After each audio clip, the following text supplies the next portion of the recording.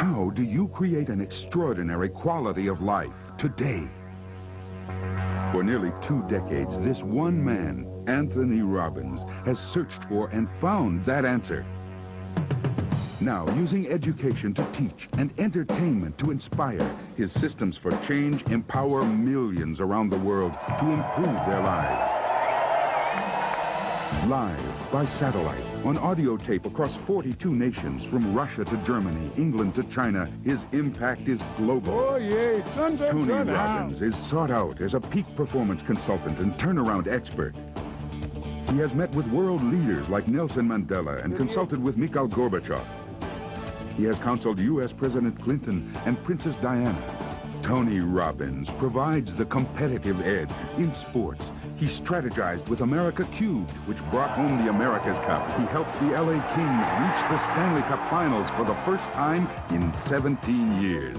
Then, when Andre Agassi was ranked 30th, he asked Tony Robbins to help improve his mental focus. Within 6 months, Agassi won the U.S. Open and became the #1 player in the world.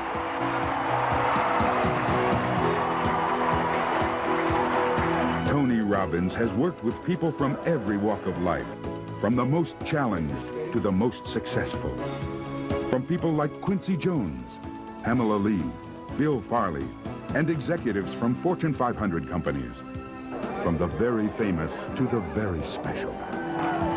Now, Tony Robbins can be your personal coach with his 30-day personal power system. Learn how to master your emotions. I'm happier today than I've ever been before in my life. Your physical health. I've maintained a 78-pound weight loss for 2 years. Your relationships. I'm so much in love.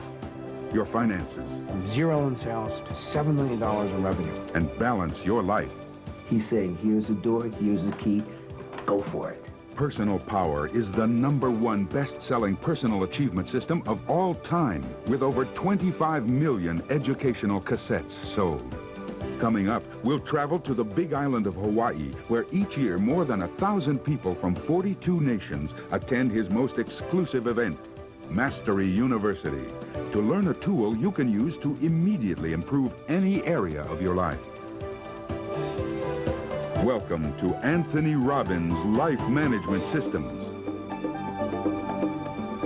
Now let's join Tony at his beautiful island resort in Fiji. Hi, I'm Tony Robbins, and welcome to our Fijian island resort, Namale. It's a paradise here, and we're about to go on a journey together that'll include some time here in Fiji, some time in Hawaii at my Mastery University, and maybe a couple other places where I can share with you just a couple of tools that can help you increase the quality of your life. In just 45 minutes, we can't obviously give you a whole seminar because one little section is 3 or 4 hours, but I want to give you a little appetizer or two of some tools that can help you to, 1, increase the quality of your communication. Because my personal belief is it doesn't matter what your goals are, your desires, ultimately your ability to achieve them and to be happy and to be fulfilled comes down to communication. And we all communicate well when we're in an unstressed state. But when we get stressed, we start developing patterns that stop us. So I want to make sure that in order to have that quality of life where you can really manage your life effectively, you learn just a couple of tools in that area. Secondly, if we're going to manage our life and really learn life management systems, we have to know our priorities. So we're going to do a little goal-setting workshop. And you may have begun a part of that if you've already gone through the audio tapes of Personal Power, which I hope you've done, because that's ideal to go through before you go through this videotape. But if you haven't, you can do it here with me on the videotape together. And I can tell you that this little process is something that's totally changed my life and an amazing number of other people. In fact, sometimes when you begin a process, you wonder, oh, is this really going to make any difference? You know, it seems so simple.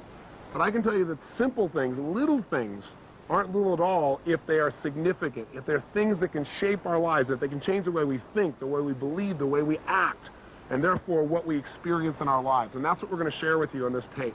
So again, you'll get a little peek of many different things, but I hope you'll take the time to not only watch passively, but to actively do some of the exercises. Because I can make a tape that just looks really fine, but instead I want to do something that you actually do. It's kind of like a live video workbook. So don't sit passively, do something, follow through, and I can promise you some amazing results, especially if you've really gone through Personal Power now for the 30 days. I can give you an idea. In the last week, I get to hear stories every day from people that have used Personal Power and made huge changes, or used portions of it even. In the last week, I had the privilege of visiting with a man who I met about a year ago, right after the President's State of the Union address. I kind of stayed in the background till a little after midnight, and I decided to walk up the steps of the Capitol and stand there where the President is inaugurated and just see what it felt like up there for the person who was really making a difference in our country. And in the middle of the night, I see this man running up these stairs saying, "Are you Anthony Robbins?" And I said, "Yes." And he reached up and he grabbed my hand and he shook it. And he said, "My name is Bobby Rush." He said, "You know something? I'm a congressman today because of you."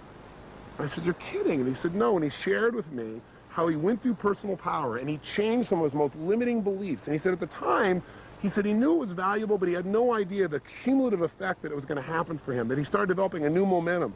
He set some brand new goals. He made some tough decisions. He broke through what would stop him, and now he's doing something that he really loves. And by the way, he said, by the way, I was an ex-Black Panther. Talk about a little change.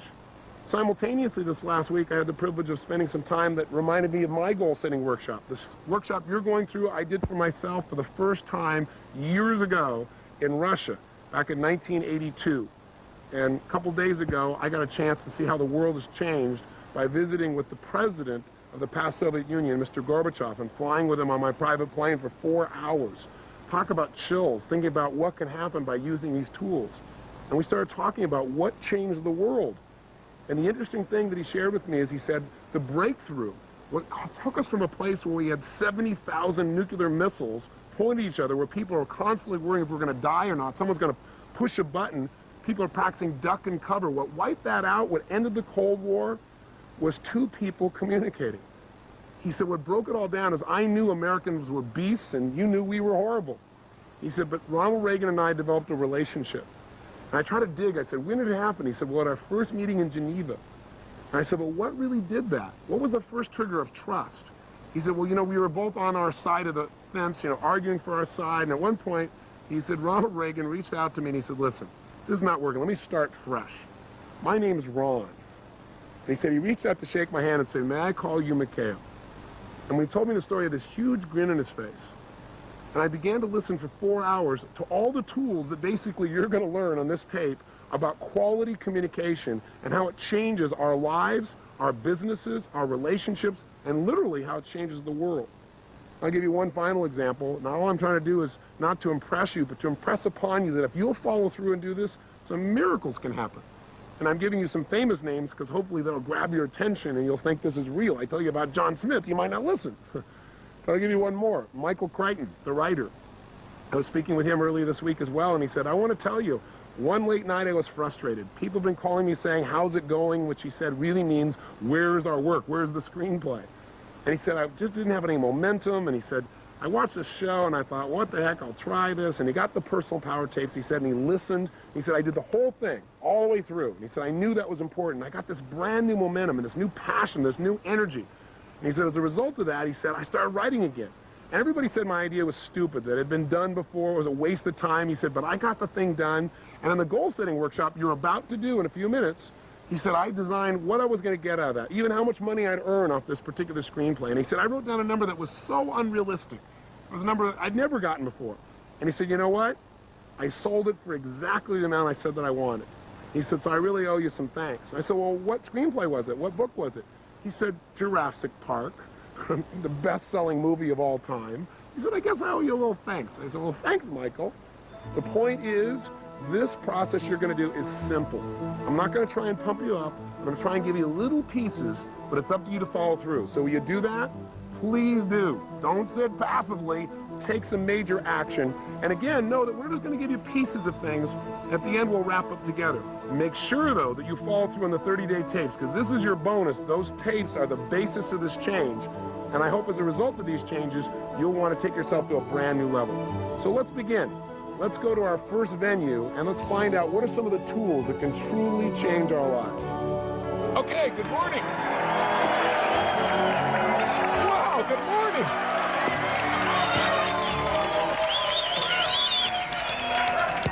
Another day, a lousy day in paradise, right?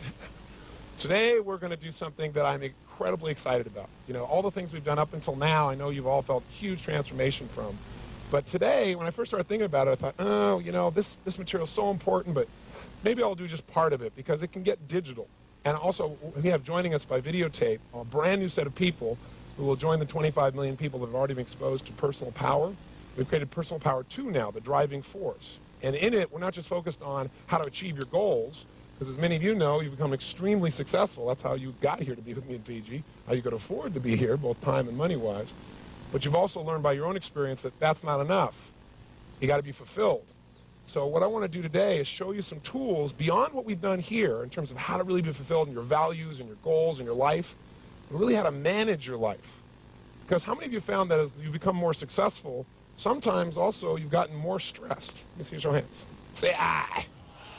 And I can tell you that all of a sudden when I got 9 companies and 4 children and I want to write books and do television programs and now these United Artists Theaters that we do these seminars in all these cities simultaneously and come here and do programs in Fiji, all that simultaneously, while it's an incredible benefit, incredible reward, even having multiple homes, a real big problem to have, right, to complain about.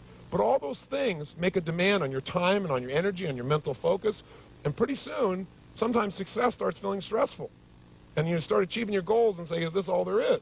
Why am I working so hard, Like some people come here to Fiji and somebody says to them, why are you working so hard? The Fijians will invariably ask people this. The guy says, well, I'm working hard because I want to make several $1 million so I can come here and lie on the beach.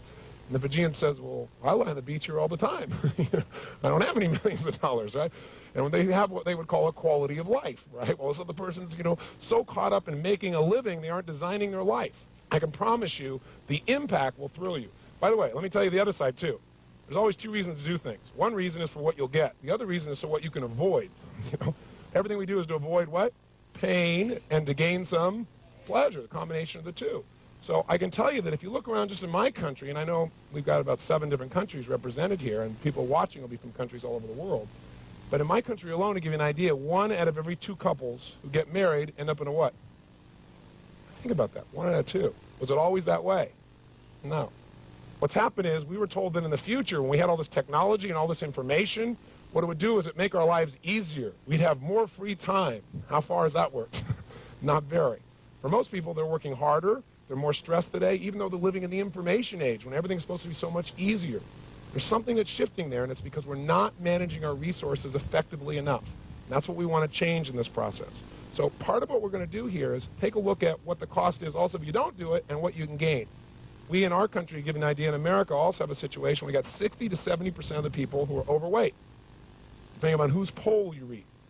Now, how is that possible? Only one way, not managing the resources of your emotional state, of the way you eat food, of the way you move, and it costs you the quality of your life. We have 15 million people, I should say, that every year in the United States are diagnosed as clinically depressed. 15 million. Now, how could that be? Not managing the resources of your mind, your body, so you really feel good day to day. You can feel good day to day, you certainly have, but you've learned tools to do that on how to manage your state. You got a situation in America where you have 5% of the world's population in the United States. We consume 50% of the world's cocaine. Think about that. All this says to me is one big giant frame. People don't know how to manage their resources. They don't know how to manage their state. They're living in a state of immense stress. This session is going to show you how to eliminate the vast majority, not all, but the vast majority of unnecessary stress in your life and put a heck of a lot more pleasure than you ever thought of before.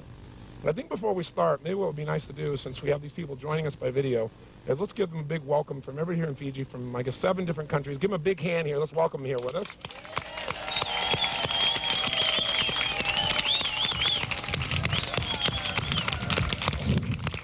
Oh, give them a big welcome. Crank them up here.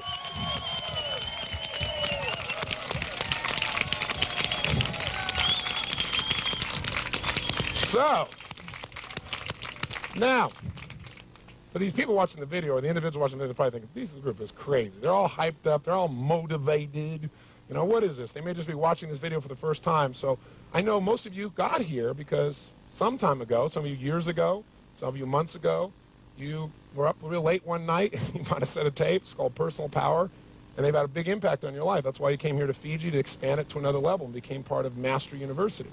If you were trying to tell a friend what this has meant to you, somebody who's like, oh, will this really work? I just got started. I don't know if it's going to make a difference.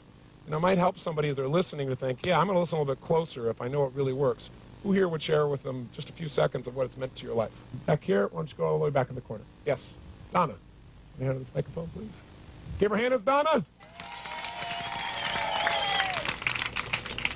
Well, I'm Donna Ringo. I'm from Louisville, Kentucky. I'm here with my husband, Bill, which I would have never imagined in a million years that this would have ever happened. So I want to thank you, Tony, but it all started by thinking I had everything I had ever wanted. We had always done dreams. We'd always done goals, written them down. I had a business that I had started and grew from a one-woman office to a 15 employees and sold it for over $1 million. And I thought I had everything I ever wanted, and I woke up one night with nightmares crying because I was so unhappy. Just because you think you get what you want, it may not be what you really need and what you're destined to do. And I went out and watched the television. I was clicking through, and I ordered the tapes. And the greatest thing I ever did was listen to those tapes for every single day. I didn't miss a day. I broke appointments so I could listen to Tony's tapes. And it has changed my life completely. I was always happy. Everybody liked me, I thought, or whatever, but I didn't connect totally with people. And I have lost 54 pounds. I have about 50 to go. I have about 50 more to go, but those are going to come off too. I've made some incredible friends that I just dearly love. And we've started another business. I got out of that other deal. It was I'd get the money over 5 years if I stayed and helped manage, and I just said, the money's not important, and I left a lot of money on the table. And started another business, and we're making more money with 3 people than we did with 15, which I like. And life management there, boy. Absolutely. And not only in the process have we always made a lot of money, but we never made it stick. And last year we invested over $50,000 thanks to Tony's techniques. So, and our relationship was always great, but I have to tell you, this week it's gone to a new level.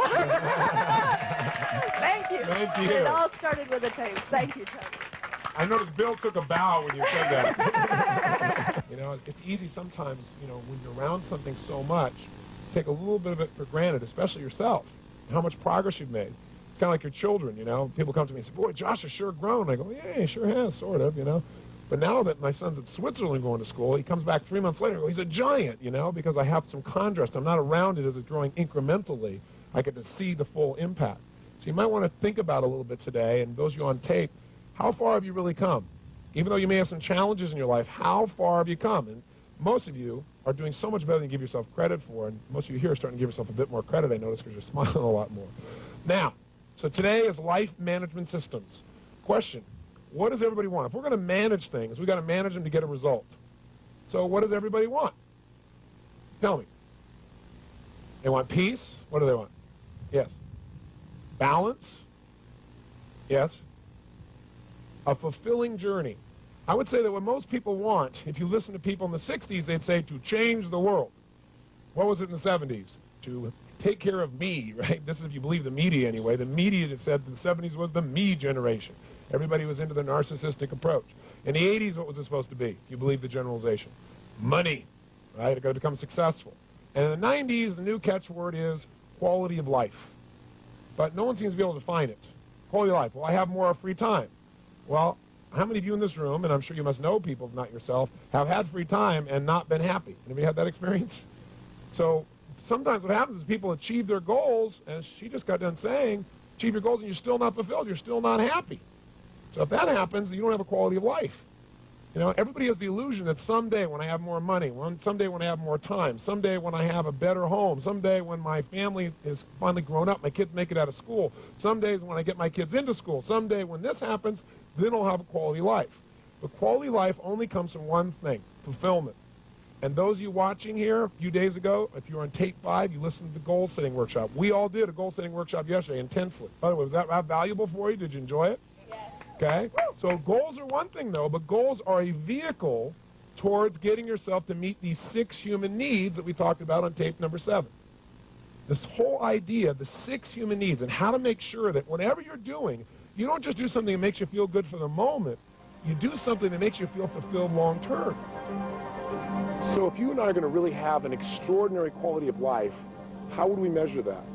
Would it be by cars, homes, a certain amount of financial success? Maybe doing well in your career? I have to tell you, I've had the privilege now of being with people from about 43 nations of the world. And throughout that time, I've worked with the most, quote, successful people in the world and those that are most challenged. And what I find is the common denominator of success or failure ultimately is fulfillment. There are a lot of people out there that have everything on their side, and they're frustrated. And there are a lot of people that have every challenge you can imagine. They're excited about the passion of their life, trying to figure out how to make it work. I think ultimately a quality life is a life where you experience the emotions that you want on a regular basis.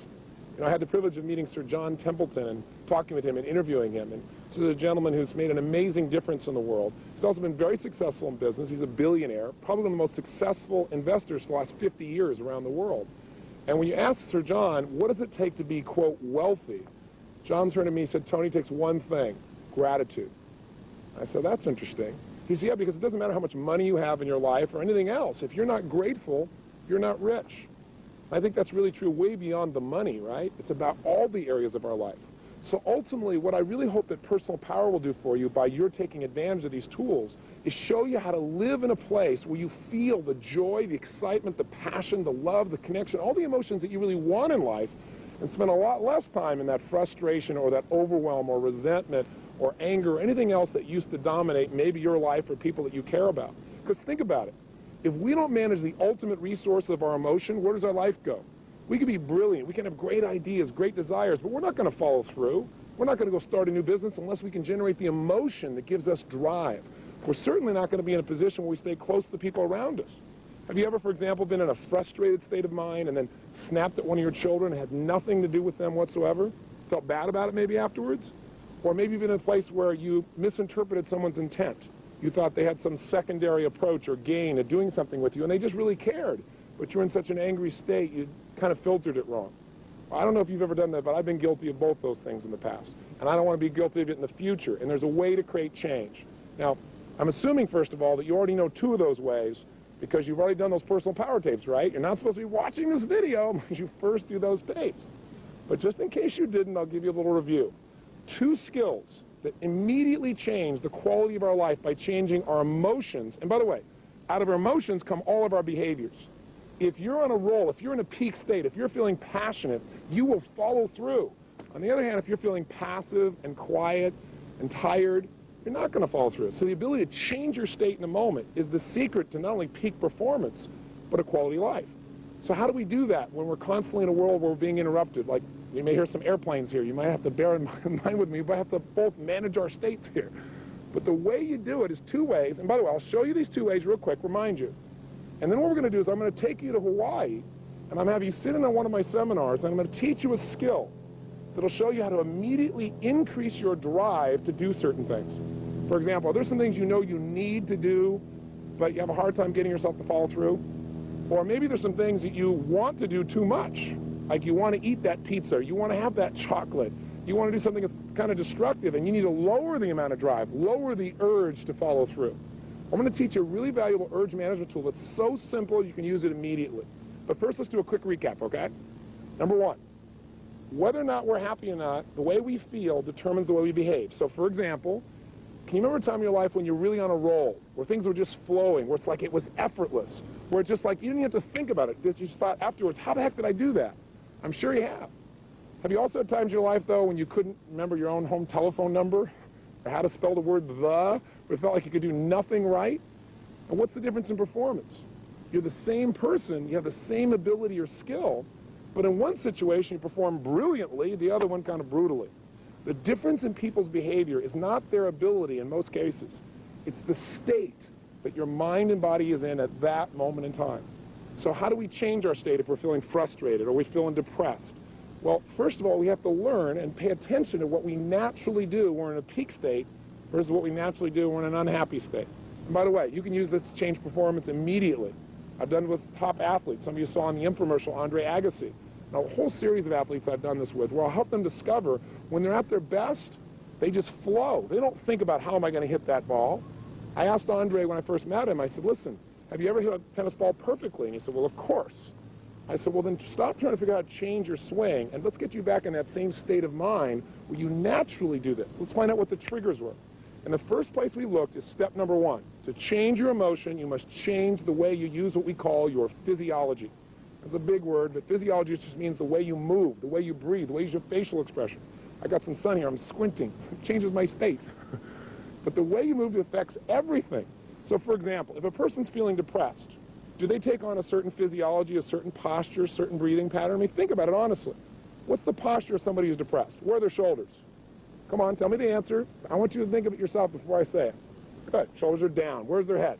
Of course, down. What's their breathing like? Full or shallow? Of course, shallow.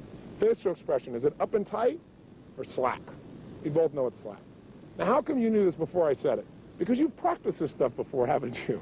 We've all been in that place where we're depressed and we're down. Now, what's interesting is, how do we treat that? What do we do with that? Well, what most people will do is they go take a drug. Or if people are really feeling down in life, they'll go drink some alcohol or maybe smoke a cigarette. Some people do something positive like exercise, which gets you to engage your body in a strong way, which, by the way, immediately changes your state. So what we might do is just try something simple. Might try just breathing differently. Might try standing up differently. For example, try it with something simple. Right now in your chair, one of the challenges I have as you're sitting watching Fiji and some of this material we're sharing is you're not in a seminar. In a seminar, I help you to keep yourself in a peak state. Because the state of mind you're in determines how much emotion you're feeling, and the emotion attached to the information is what gets you to follow through. So right now, you're kind of passive. So right now, do me a favor and do you one too. Try this. If you were feeling kind of tired and bored right now, how would you be sitting? Hopefully not how you are right now listening to me. But how would you be sitting if you're bored and tired? Just try it. Come on, it's easy. Bored and tired. What happens to your shoulders? What happens to your body? What happens to your breathing? Bored and tired. A little frustration, that bored, tired, and frustrated. Right? Get that look on your face. Kind of right now, come on, try it. Just see what it's like in your body. See if there's actually a posture that goes with that emotion, a way of breathing, a facial expression. I think you know where it is. And if you went there real quick, that might be a sign you might want to change for the future. Now, in that state of frustration, imagine trying to design your life, trying to change your life. It's not going to happen. So now try this. Sit up in your chair right now. Come on. No one's watching. It's just you in this videotape with me. Come on. Sit up in your chair. Come on, sit up tall. Sit up like you'd be if you were really feeling unstoppable right now. Has there been a time in your life when you felt like you were on a roll? Like, man, nothing you tried would be stopped. If you'd find a way to turn it around, sit up in your chair that way. Breathe the way you'd be breathing if right now you felt really good. Put the kind of smile on your face like you have, you feel really excited. Now, I know this sounds third grade. Oh, yeah, what a pump up. Sit up, and that's going to really change my life. But the truth is, if you look at your life and you were to write down all the emotions you experienced in the week, both good and bad, each of those emotions has tied to it a certain way of using your body. And if you keep using your body that way over and over again, you'll keep feeling that way. So make yourself breathe and feel good. Sit up like you are ready to make something happen. Right now, if you're in a state of certainty you were going to achieve what you wanted, how would you be sitting up? What would be the look on your face if you were totally determined right now? Make a little gesture. What kind of gesture would you make if you felt determined right now? Come on, just try it.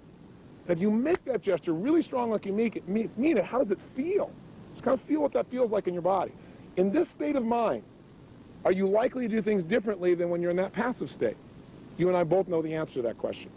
But the secret is to train yourself to stay in this state so it becomes natural. It's kind of like, how do you build a muscle? I want to build a strong bicep, maybe lift weights. And when I lift weights, I don't just exercise. If I want this muscle to grow, I got to condition it by pushing beyond what I'm comfortable with. So if you're just watching me right now and going, who is this idiot telling me to do all this stuff? It's okay, but it won't give you a change.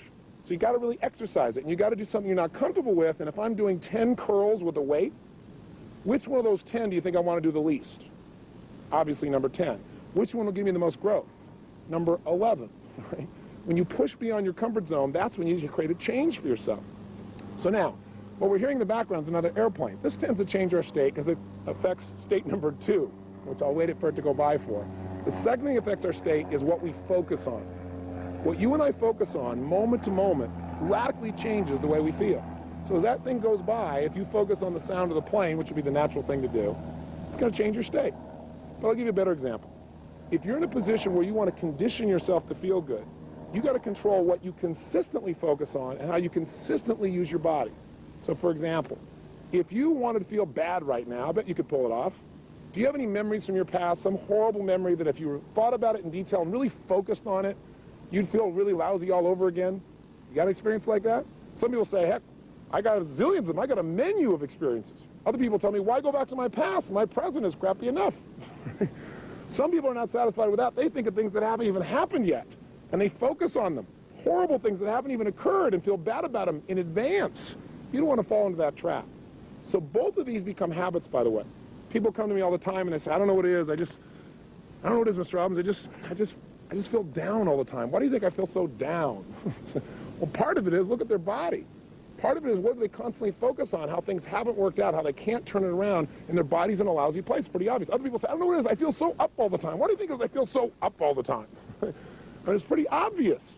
But we forget the fundamentals, don't we? We turn, most of us, we don't like the way we feel, to alcohol again, or cigarettes, or smoking, or sleeping, or we go watch TV to change our focus, to take us off what we're focusing on that makes us feel bad and make us focus on something else that maybe feels okay for the moment. Or you go shopping, or you change the way you're moving, you feel pretty good, and you focus on something else. But none of those give you a long-term benefit. In fact, some of them have some negative side effects.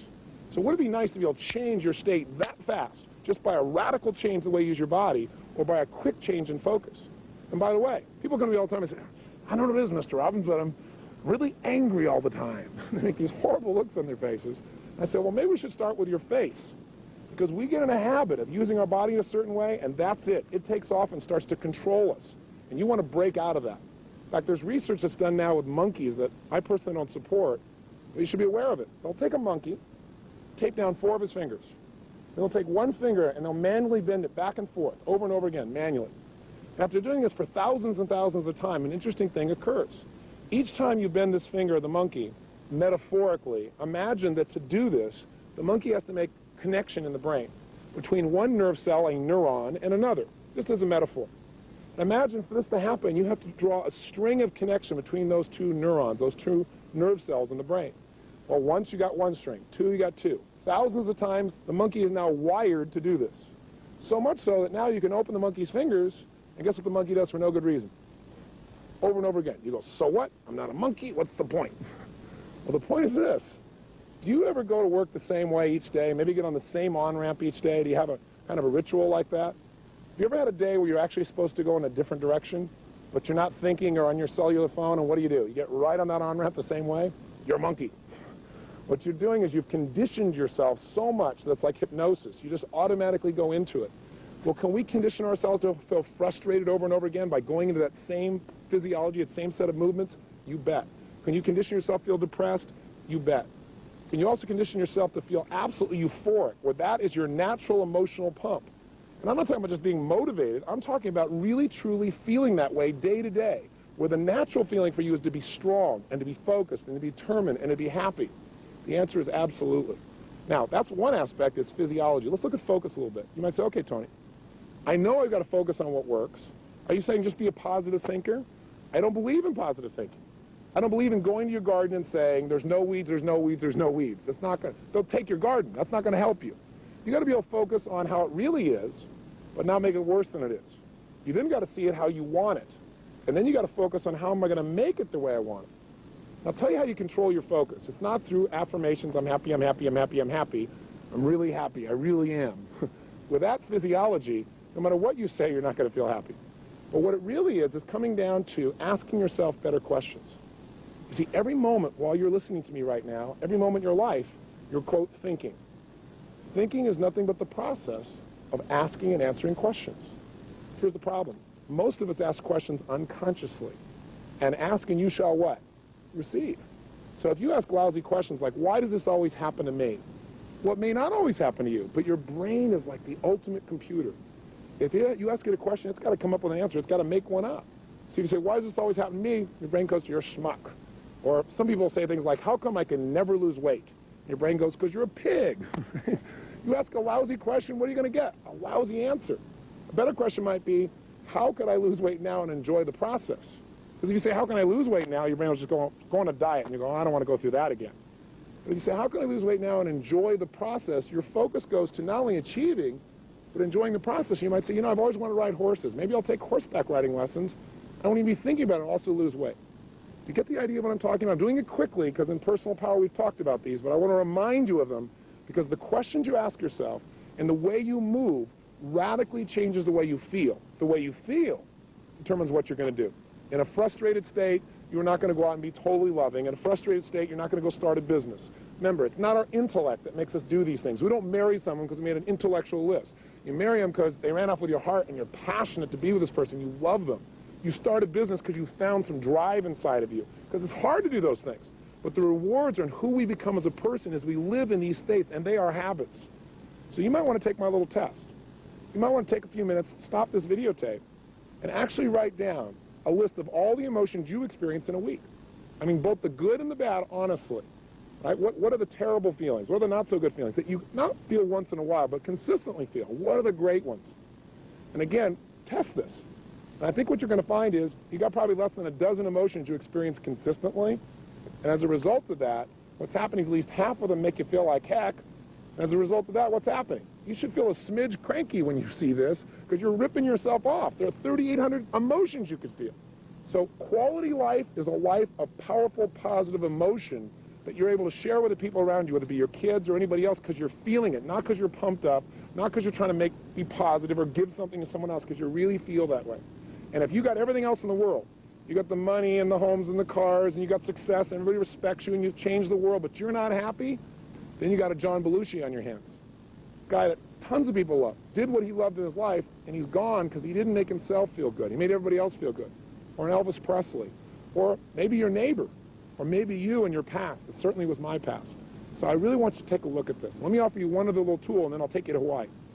It's a simple little thing. So simple. See, I'm a big believer in profound knowledge. Profound knowledge to me is something that is so powerful, but is so simple. It's something that as soon as you understand it, whether it be a strategy or an idea or a distinction, that the minute you understand it, you can immediately change the quality of your life as well as anybody else's life that you have the privilege to actually touch. So here's a simple idea. I call it incantations. We all know about self-talk. You know, you should talk to yourself right. But you can self-talk yourself like crazy. You're great, I'm great, I'm great, I'm great, I'm great, and still feel like heck. So that doesn't do it. We know about affirmations. I'm happy, I'm happy, I'm happy, I'm happy. The difference between an affirmation and what I want to talk to you about is something I call incantations. The literal dictionary definition of incantations is magical words spoken forth. Now, when you speak magical words, they have an impact on you. What's the magic that takes a word into something that actually changes our life? Well, repeating it over and over again is okay, but it's emotion.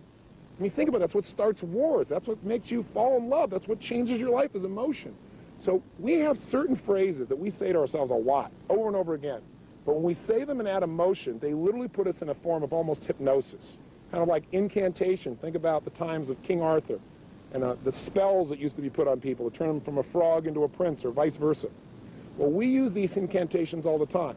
People say to me things like, you ask somebody, could you go get me the salt? In their head, they're on the way in going, I don't know where the salt is. I really don't know where it is. It's right over there to the right. I don't know where it is. You keep saying, I just don't know where it is. You open the cupboard, you really look, you keep saying, I don't know, and finally you say, I can't find the salt, amazingly. So person comes in, they walk right next to you, reach right in front of your face, and they go, what is this? You go, the salt. Have you ever had an experience like this, honestly? Well, the salt was right in front of your face. Did you see it? Yes. How come you didn't perceive it? Because you'd literally given yourself, in psychology, what we call a scotoma, a blind spot. You'd hypnotize yourself into literally not seeing it. Now, we do this with our lives all the time. People say, I just can't do this. I just can't get myself to follow through. I can't get myself to follow through. I just can't. Why do you think I can't get myself to follow through? Well, it might have to do with what you say 20 times a day with all the emotional intensity you can possibly generate that's creating this challenge. You got to notice that. Or, I love chocolate. I just love it so much. I can never give it up. Now, teach me how to give it up. Well, nothing's going to change you if you keep giving your brain and your body a direct command through incantations. And by the way, you can use incantations to enhance your life. What if when you were running, you were saying, I'm a lean, mean running machine? Or every day and every way I'm getting better and better. An old affirmation from an old book from years ago that most of us know, but do you use it? See, my whole thing in life is so much stuff that makes a difference in life is simple. We know it. But the difference in life is knowing doesn't change your life. Doing does. Lots of people know what to do, but they don't do what they know. So what I want to do right now is have you just think about, put yourself in a strong state. Sit up in your chair. Don't be sitting passively anymore in here, because that's the challenge. You're not in my seminar. My seminar, I'd move you. Because the last part of emotion, I should mention, is conditioning. Just like those monkeys, what makes them go is repetition. Here's what they found out when they did this training of their fingers. If they take down the fingers and they move this finger, but while they're doing it, they create a tremendous amount of emotion in the animal. And the way they do that is they stimulate the pleasure center of the brain in this monkey while this is happening. Pleasure, while it's happening. Pleasure, while it's happening. Pretty soon, guess what? It doesn't take thousands of times, a dozen or two times, and the monkey does this constantly. Advertisers know this. How the heck do you think they run all these commercials? Commercials have very little to do with what the product really is. In a beer commercial, do you get reality? Do you get a big guy with a nice beer belly grabbing his buddy by the head, pounding him, going, love you, little buddy? I don't think so. What you get instead is some really sexy, attractive woman or man who's drinking this beer looking wonderful, as if that had anything to do with the beer. See, the reality is it all comes down to attaching emotion to what it is you want. Every advertiser knows that. What you want to learn to do is advertise in your own brain to condition yourself to follow through. And the first way to do that is right now be in an upstate. And by the way, if you see some video of our university, you see people having a great time, look like they're at a rock and roll concert or at a top sporting event, or they're celebrating, it's not about pump up. It's about putting yourself in the state where you will learn and remember. That's what it's really about. So here's the tool I want you to learn. Really simple. We're going to show you a tool I call an urge management tool. It'll show you how to take something, for example, that you don't want to do and get yourself to love doing it, really love doing it. I'll also show you a tool if there's something you love to do that's not good for you, how to change it. And it's all done with some simple questions. So let's go to Hawaii, and let's give you a little idea what it looks like, and then I'll demonstrate it for you with a real person, and I think you'll laugh and hopefully learn as well. I'll see you in a few moments.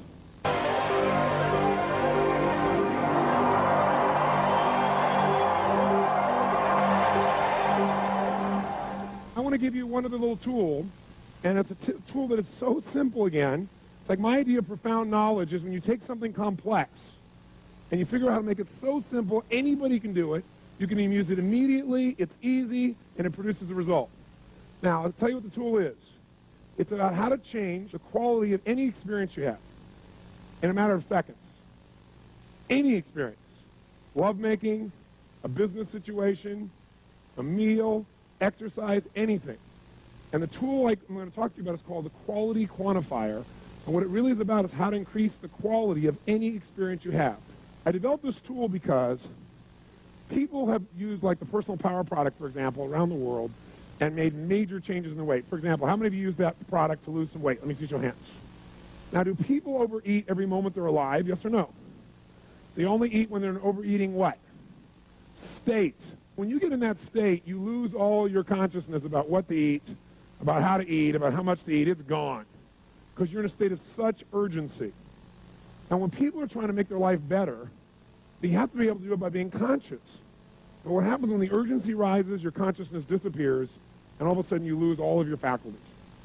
So I started thinking, have I ever been in a state where I felt like I had to eat, but then something broke the pattern, and I forgot about it for a while? How many of you had that experience? You thought you were starved, something broke your pattern, and you lost the urge. It's not that you can't manage your behavior, it's that you're not managing your urges. Because if the moment of the urges you took something to take control of it, you could have changed it all. So in order to do that, I was at a friend's house, and I was thinking, okay, how do I help people manage those urges? There's so many tools. I want to create something so simple anybody can do it. I thought, there's certain levels of urges. They have different levels. Some urges you feel driven. Some urges you feel like no matter what, you're going to have it right now. Like how many of you have ever broken some of your own health rules because you got in such an urge state? Okay? But other times, like you could have that food you think you're normally addicted to. It's sitting there in front of you and you don't even care. Have you had that experience too? And not because you were full, just because you weren't into it. So I said, well, let's quantify that. There's a quality of experience, there's a quality of our state where we follow through, where we follow through a little, where we don't follow through at all, and where literally no one can make us follow through, make us eat it. And everyone has this capability. It's all a matter of manipulating our focus, our perception, the meaning we attach to things. So I was at this friend's house, and they had some banana bread sitting on their coffee table. And I looked at the banana bread, and I asked this lady there, who I know, I said, what's your level of desire for that banana bread right now on a scale from 0 to 10? She looked at it and went, maybe a 4. I said, well, what would it take to make it a 7? She said, what do you mean? I said, to make it where, right now 4, whatever that is, you've now quantified where you are. What would it take to have the desire move up to 7? Not 10, but 7, where you really started to really want it. She said, well, I thought about it being hot. I said, what about 8? She said, if I thought it was hot, and it just come out of like the oven, and I thought about its smells, and I could actually feel the chewiness in my mouth. And you can see her start to go into state. Her eyes got like this, start doing the banana. She's looking at the banana bread like this. She's going to swoop in for it now, right? I said, what would it take it to 10? She goes, if you put chocolate on it. I said, okay, whoa, hold back now. I said, what would it take for you to get it to 2? She said, to realize it's just cold and been sitting there for a while. And you could see her just drop down to it. So it's like a scale, right? I said, okay, what would it take for you to get to -2? And she said, I couldn't do that. I mean, I like it. I said, I know you can't, but if you could do it. Whenever people say they can't do something, I know you can't, but if you could, they'll give you the answer. If you're persistent. She goes, I guess if I looked at the grease on the napkin it's sitting on. And I thought about that going in and, then I wouldn't want it at all. You could just see her whole state change. I said, what would it take to make it -5? She said, if I saw all that grease like crumpled together, like coming out my pores, like acne or something. Ugh. I said, what would it take for it to be -10? She goes, oh my God, if I thought it was going to make me sick. She goes, if I thought it would make me sick, I'd throw up. Or, oh my God, I'd never do it. I said, what would that be? And she started getting this really state. I said, you want it? She goes, no, I don't want it. I said, well, come back here for a second. Imagine it being hot, and moist, and chewy. And she went, oh yeah. I imagine chocolate on it. I said, no, come back over here. It's really cold. See, it's cold. See that? And literally, I could just move her up and down the scale of urgency. So I'm watching this and I'm saying, wow, this is amazing. Being able to shift back and forth. And by the way, people usually, to get to -10, also have fear of loss. It's that they be sick, or they lose their freedom, or it would do something to them that's horrible, some form of pain.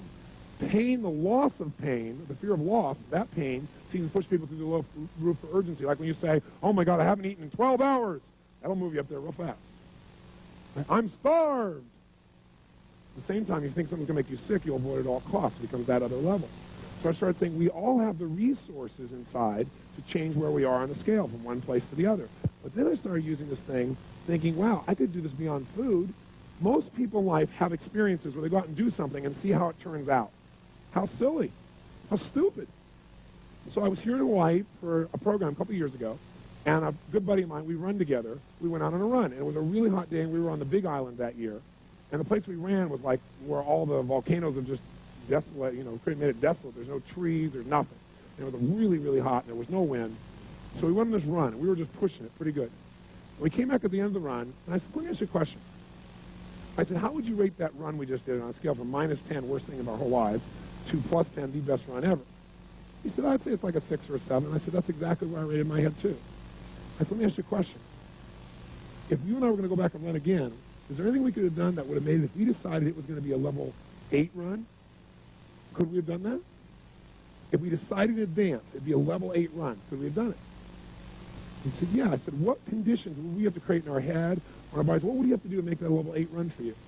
He said, if we would have run like in unison as we're running, because sometimes you went ahead and I went ahead, and we went kind of back and forth, and sometimes we're going back here and there, and sometimes we're teasing each other. But if we were running in unison, he said, that'd be an 8 for me. I said, wow, that's pretty cool. I've never thought of that. Yeah. I said, what would have made it a 9 for you? He said, a 9. He said, if we've been running in unison, and we were running like doing a cadence or something, like saying something, was doing it in unison. He said, it would be awesome. Because I had a military background. Cadence, right? And I said, well, what would have made it a 10? He said, we've been running our guts out, right? I mean, we couldn't even breathe. We're at the end of it. We've been in unison. We've been cranking, and we just collapsed from total intensity and exhaustion. And I said, you know what? I said, I now know why you're always getting injured. Because he's always getting injured when he's exercising. Because the only way for you to have a level 10 experience is to push yourself beyond what is helpful and be totally anaerobic. And he went, whoa. I said, you're totally right. So I want to have a great experience. My complex equivalent in my head of a great experience is so exhausted and I'm nothing left. I said, so I've discovered in my life there are lots of ways to have a level 10 experience. There isn't just one way. So how can we have a level 10 experience but not be burned to the ground? He said, wow. Thoughtful. I said, well, if while we were running, we would have noticed, the water in the distance and noticed the different shapes of the lava. If we would have, as we're running, looked back at each other and smiled a few times while we're running in unison, if we would have brought like a piece of music for the last part of the run that we could have turned on, and we could have cranked to and it felt really good to, but not been exhausted, we came up with all these things that made a level 10 run. So what I do now in life is when I'm having an experience, I ask myself, what's the quality of experience I'm committed to having? I don't wait and hope it shows up. Does that make sense? Because if you wait and see, you get what shows up. You decide in advance, what's the outcome? And the way you do that is you give a numerical number to it to start with. You say, where am I right now about doing this run? You might wake up and go, I'm at level 4 about doing this run. What do I want this run to be? And you may not want it to be a 10, but you probably want it to be in the 8, 9, 10, 7, 8, 9, 10 range. You say, okay, I want it to be at least a level 8. Then you ask yourself, what conditions would I have to create in myself or in the environment? What would I need to do to meet more of my 6 human needs, in essence? Does that make sense?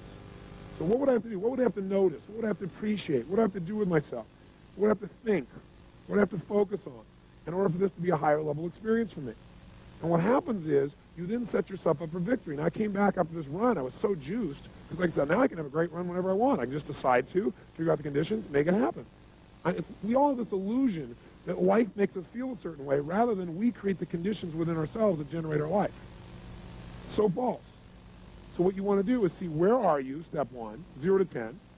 Step 2, how do you want to feel? Describe some of those feelings. Step 3, give it a numerical number. It's going to be a level 8 experience or 9 or whatever. Step 4, what are the conditions that I can control? Not I'll be happy if you do everything I want, and then go do that. And I'll give you an example of this also. At the same time I was there, I shared this with a group about my run with my buddy, and this one man raised his hand. He said, but running for me is a -10 experience. I said, why? He said, because I'll die of a heart attack. I said, have you died in a heart attack in the past? Is that how you know? He said, no, but I was running one time. My heart started beating out of me. I said, well, how long ago was that? He said, it was 10 years ago. I said, well, are you in better shape, worse shape? What does your doctor say? He said, oh, my doctor says I'm in really, really great shape, but I can never run again because I know what that means. I said, well, great. Tell me what it means. And so he told me what it was at -10. I said, what if it was only -3? I didn't go to +10. That's too big a jump. Do you follow me? One of the big things is you go, I'm going to have a level 10 experience, and you don't even know how to do a 4 yet. So you got to go from, like, wherever you are at 1 or 2 and go to 4, and then go to 6, and then go to 8, and move your way up. I didn't take him to 10. I said, now, as long as you know you're healthy, and you're running in a way that does not tax your heart, you're being totally aerobic, you're going to walk if necessary, you're wearing a heart monitor the whole time. I said, could you do that? He said, yes. He was looking forward to it. He came back the next day. I said, what was your level of run? He said, I got to tell you, it didn't work. Everybody looked, and he said, I had a level 16 run.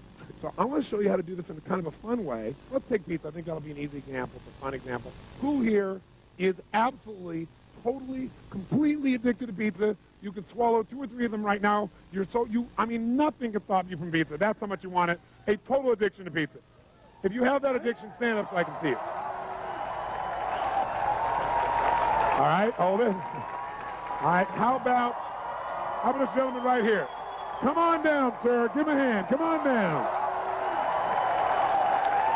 This is Bill. Give him a hand. It's Bill.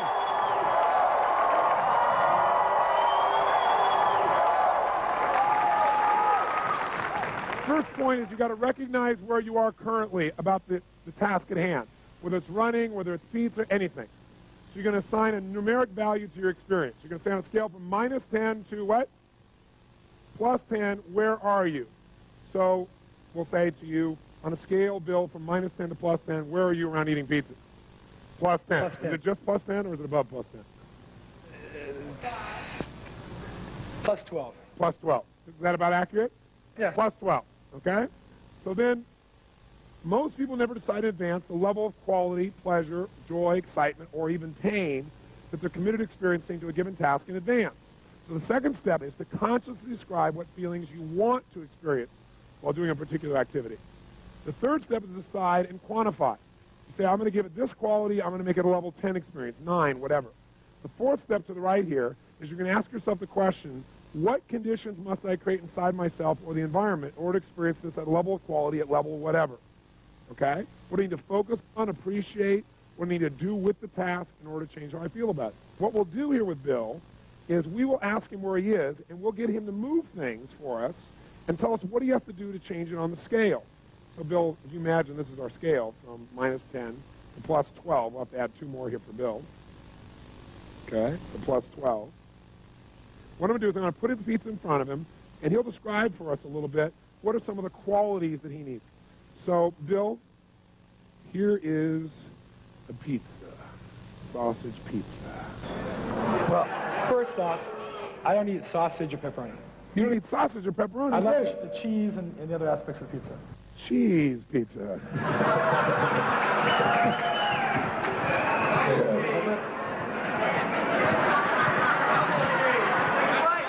What's your level of desire for this pizza? Right now it's only a 10. It's only a 10. It's only a 10. Okay. It's not really warm. Not really warm. Well, imagine it warm. 10. 10. Imagine it getting warmer. Imagine some mushrooms on it. Okay, imagine some mushrooms on Maybe it. a 12. A 12. So imagine it with mushrooms on it, warm. Mm-hmm. Some dried tomatoes. Some dried tomatoes. Dried tomatoes, mushrooms, cheese, melted cheese. Dripping with cheese. Dripping with cheese. Extra cheese. What kind of cheese? Extra cheese. Extra cheese. What's your level of desire at that level now? About 15. About 15. Okay, so extra cheese. Does that help him get in that state? So let's write down, what does he do to get it higher? Write it down on your little sheet here. To get even higher, what does he do? He adds in his mind that it's really hot. He adds in his mind that it's got mushrooms. And to get it to 15, he puts on extra what?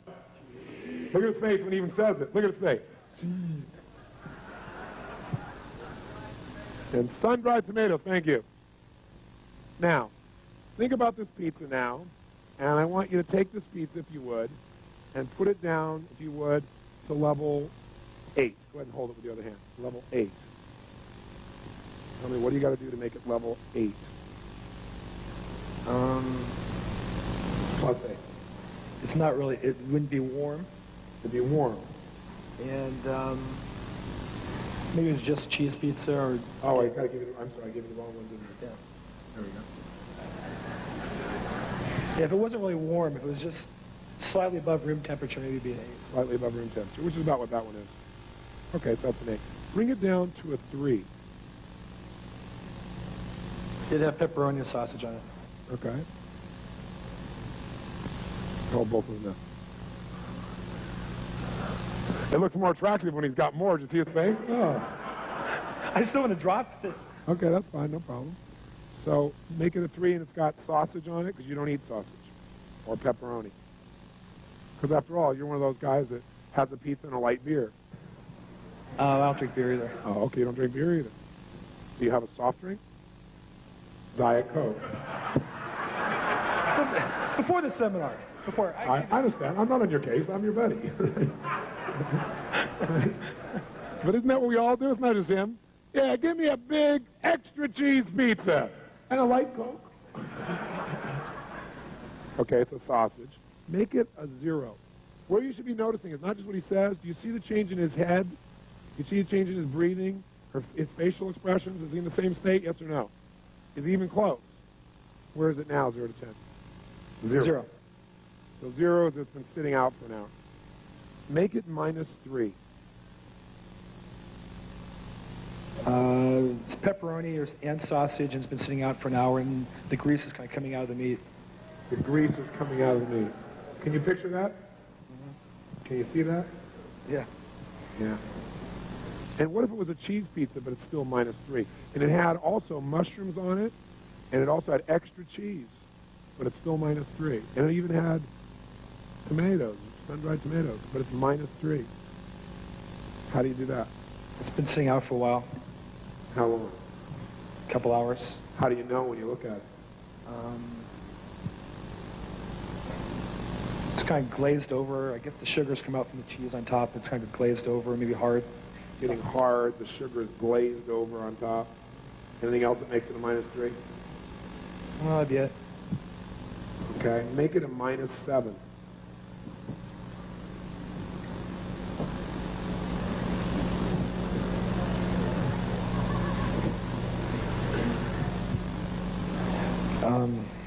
I can smell the meat kind of rotting a little bit. Smell the meat rotting. Smell the meat rotting a little bit. Where is it now?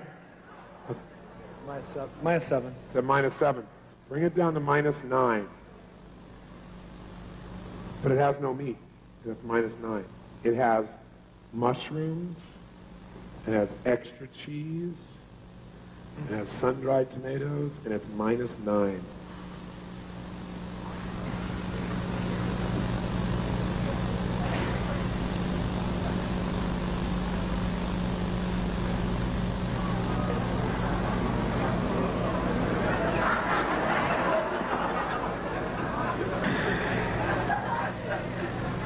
I'm kind of fighting the urge because I'd be smelling the rancid smell of cheese in my stomach. Okay, go ahead and do that. Well, I don't want to throw up here. But I mean, I would get that urge. You'll get the urge, but I won't let you throw up.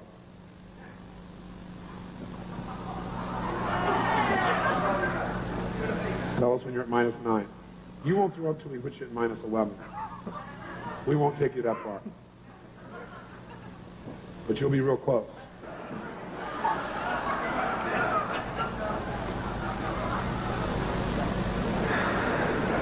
Tell us where you are now. -8. -8. Take it to -9. What are you focusing on? Take it to -9. The smell. Smell of what? Like cheese, rotting cheese. Rotting, rancid cheese. Can you see what it looks like too? And smell it? I couldn't even look at it. Can't even look at it. Go ahead and look at it while you say that. Look at it. Think pizza. That's it. Just look at it and think pizza. Tell me when you're at -9. Imagine mushrooms, extra cheese. Mushrooms, extra cheese, pizza. That's it. Mushrooms, extra cheese, pizza. That's it. Mushrooms, extra cheese, pizza. Where are you right now? Scale from 0 to 10. Mushrooms, extra cheese, pizza. Smelling the rancid smell. Look at the pizza when you think about it also. See it and smell it. That's it. Hang on, hang on, hang on. That's it, that's it. Mushroom, extra cheese, smell it. Smell the rancid smell. That's it. Smell the rancid smell. That's it. Smell it. Smell it. There it is. Smell the cheese. You can smell it. That's it. Smell the extra cheese. That's it. Smell it. Extra cheese. I'd like some extra rancid cheese. Where are you? 0 to 10, right? -10 right now. -9, -9, -10. Don't go to -11. Don't go to -11. Okay.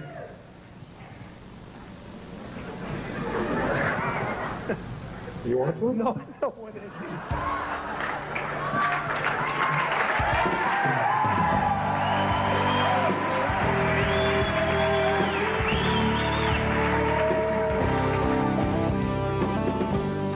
So does that look like a fun and hopefully valuable tool? I know it's deceivingly simple, so you might say, well, I don't know if that's really going to change the way I really feel, or maybe it'll change the way I feel for the moment, but it's not going to last. In fact, Lisa Gibbons, who was the person who interviewed me in the infomercial that you saw before you got these tapes, she was at that program, and afterwards she came up to me and she said, how did you know he was going to change so fast? I said, because everybody does. We all have the same nervous system, and when we use it effectively, it's like a computer. When you know the right code, you can change it rapidly. It's this hypnosis we have that change has to take forever. It has to be painful that keeps us from changing. And I said, it'll last, or you watch. She said, well, we'll see. So we just followed up about a year later with this gentleman, Bill. And what's interesting is, not only has he not touched any pizza for an entire year, I mean, not even close, but he said he's never touched any more cheese. And here's the best part. Is it because he can't? No, he could go back and change it tomorrow if he wants to. I'm not about taking away people's choices. But he doesn't have an urge to. He doesn't have any desire, is what he said. I just don't want it. Wouldn't it be nice to eliminate one of your addictions through this simple process? Now, it's true if you are, like, say, loving chocolate, and you keep saying, I love chocolate, I just love it, I love it, I love it, I love it, I love it, and you give yourself this incantation, remember that? Or with all this emotional intensity, you talk about how much you love it all the time, and then you go to do this to change, highly unlikely it's going to last because you're going to be giving your brain a different message. So you have to make sure that you control your internal dialogue by creating a new incantation that supports you, and you have to make this adjustment. So I want you now to do this so you see that it really works. You can do it with food, you can do it with something that you're doing right now that's not so good, and figure out, okay, if right now my level of desire for this food is at a 9, and I don't want to eat this food or this alcohol or this whatever, how would I lower it? And don't try and go from 9 to 0. It might be too big a jump. Let's say, well, what would it take for me to only like it enough that I considered on a 0 to 10 scale to be a 7 or a 6? And really think about it. And by the way, the state you're in when you're asking these questions makes a big difference. If you're sitting passively going, well, what would it take for me to feel like a 7? Your brain won't have the answer. You've got to ask a question where you're telling your brain, I expect the answer. You've got to have certainty when you ask a question that you're going to get the answer. If you don't have certainty, it won't work. So put yourself in a peak state and then say, okay, now what would it take for me to have this be like a 3, a 0? And write it down, and you'll find a little chart that's enclosed with this videotape that can help you track it. What about a -2? What about a -6? And what you'll find is exactly how to increase your desire, or decrease your desire, I should say, or increase it if you want to. And by the way, what is this really about? Quality of life. We talked about setting goals for quality of life. Here's what I want you to do. I want you not just set a goal for the quality of your life. I want you to decide and make it happen. And the way you do that is, if I'm going to go on a run here on the beach, I don't want to just go for the run and see what shows up and whether I enjoy it or not. I want to decide in advance what the quality of that run is going to be for me. So if you want to take something that already feels okay, or you're not inspired to do, and you want to increase its intensity of enjoyment, you've got to say, okay, where am I right now about going on this run on the beach? 0 to 10. Well, I'm about a 6.5 or 7. Okay, well, what would it take for me to be at an 8.5? I don't know. As soon as you say I don't know, say, I know I don't, but if I did, what would it be? Kind of change your state. You'll get the answer if you keep asking. So you're going to say, well, if I were to notice what a beautiful day it is, well, what would bring it to a 9? Well, maybe if I brought some music with me, or if I listened to one of those Tony Robbins tapes, or something better, right? Something that puts you in a good state, so maybe I feel like I'm learning while I'm running. Well, maybe I could get it to a 9.5 by doing an incantation as I'm running. I'm a lean, mean running machine. Or as I'm running, all I need is within me now. All I need is within me now. All I need is within me now, with tremendous energy and emotion. Right? If you do that over and over again, how's that going to feel? You know? All I need is an airplane to go away so I can finish this tape. Whatever it is, you want to be saying it again and again while you're running, so you're literally programming yourself. That might bring you to a 9.5. Maybe you go run with a friend, that brings it to a 10. The point is really simple. Don't settle for whatever life gives you. You determine the quality of your life. And the way you do it is ask this question.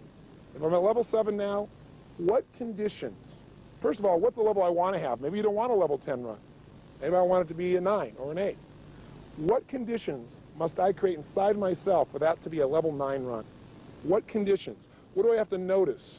What do I need to appreciate? What do I need to believe or experience in order to really do that? What do I need to add to the experience? What do I need to think about? What do I need to listen to? And if you'll ask that question, you'll get the answer. So I know I've dumped a lot on you in this tiny little tape and kind of jumped you all over the world here, but my goal here is really to get you to do the 30-day tapes. I'm not, in this little videotape, going to get you to follow through all these things, but those tapes will allow you to do a little bit each day where it's not invasive on your life. And if you'll just do the little exercise at the end of it for 30 days, I promise you, radical changes. There's a reason why there's 25 million of these tapes out there, and so many people from every walk of life that have gotten results. Because it's a way of conditioning and creating lasting change. So please, go do those tapes, and if you're done, then I'm sure you've already got a great story to tell me. So when this tape's over, make sure you do this exercise. Don't say, oh, that was kind of interesting. Stand up and do it. In fact, before I leave you, stand up. Come on, get up off the chair. Stand up just for a second. Come on, stand up. And as you're standing up right now, try something real fast. Stand the way you stand when you're not sure what to do, when you're feeling kind of uncertain. In fact, if you want to try something right now, think about something that you'd like to have happen, a goal or desire. And right now, stand the way you stand when you hope it works out. Come on, try it. How do you stand when you hope? Where are your shoulders when you kind of hope so? Sure hope it works out. I hope this darn tape program makes a difference in my life. Sure hope so. You know? How do your shoulders look? What's your breathing like when you're uncertain? You don't really know. Where's the weight in your body? Where do your hands tend to go? Say something in an uncertain tone. There's nobody around, it's just you and me on tape. Go ahead, try it. Yeah, I hope so. Hope, hope, hope, hope, hope. What does that feel like? Is your voice loud or quiet? Slow or fast? Shoulders, hands, where do they go? How does it feel about your ability right now to actually achieve this goal? Probably not very great. When you think about it, maybe you think about it working and also not working. Now try this. What if you were worried? What would you do? Try and be worried a second. What do you do? Maybe tense up a little bit? You get out of that. Put yourself in a state of certainty right now. How would you stand if you were absolutely determined that your goal would become a reality? That you were going to use this to truly change your life? Come on, if you're not standing up by now, please stand up. Right? Stand up. Feel strong. How do you stand when you are totally determined to make something happen? If you knew beyond a shadow of a doubt, you have decided this will be and therefore it will be. If you didn't even know how you're going to do it, but you just decided you were going to find a way or make a way. Have you ever been in that place where you felt like you're in a role, where you felt like nothing was going to stop you? Even if you haven't, stand that way now. Who do you know who's unstoppable? Stand like that. Pick some movie character, an Arnold Schwarzenegger or somebody outrageous, somebody, and be in that state. Because remember, when you change your posture, when you change your breathing, most importantly, when you change the way you move, emotion is created by motion. The tempo at which you say something will change you. So right now out loud, in a state of certainty, say anything out loud about your goal. I will achieve it. I will make this happen. Whatever you want to say, but try it right now. And that state of certainty, do it now. Come on. And that state of certainty, right now, feel how good that feels. And in that state, I'd like to ask you to take some action. And the action is, do this exercise immediately. So either pick something you want to lower your emotion for, or pick something you want to enjoy more and change it right now. When you go turn this off, take action. If you do, I'll know you'll have some nice results to tell me as well. And I hope, after you finish these 30-day tapes, you'll write me a personal note about what's happened in your life. That's what I do this for the most. That's what juices me.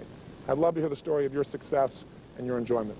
And also, I hope I get a chance to see you in person. I gave you a $100 discount to come to one of my seminars because I hope you'll come take advantage of that. There's nothing like being in the environment where you get personal live coaching to get something done. And if you join me at Master University, you won't just get mine, but you have people like Norman Schwarzkopf teaching you leadership, and people like Peter Lynch, who's taught in the past for us finance, and people like John Gray to show you how to make your relationships work. So if you're interested in that, please look in the back of your book or call us with the number at the end of the show. But I just want to say to you that I hope this is not the end but the beginning of our relationship. But regardless, what I wish for you the most is a quality of life that is extraordinary. And that's done by you deciding to make it that way and using the God-given talents that you and I already have. So create an extraordinary life. Enjoy yourself, take care of yourself and your family, make a difference in the world, and most importantly, live with passion. God bless. I hope to see you soon.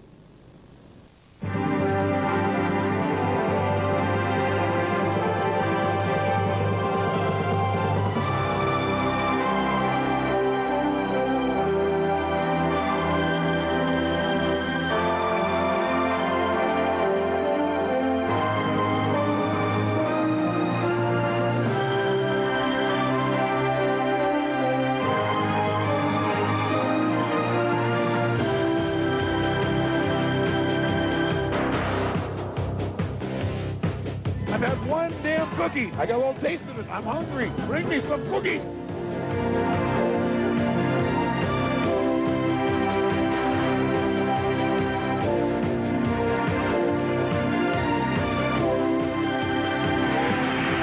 You want to make God laugh?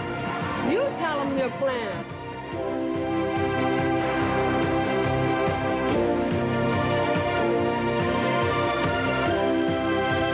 I know for me sometimes, if my wife's going to carry this around, and I'm carrying this around, sometimes I'll say, well, since you're carrying that around anyway, put the wallet in it.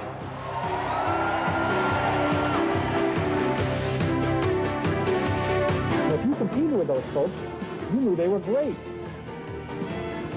You should have bought the hell out of that stuff.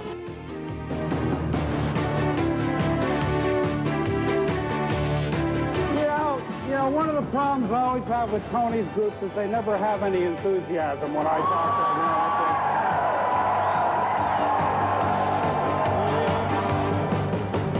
to them. Well, dear, I think you should do what you think is best.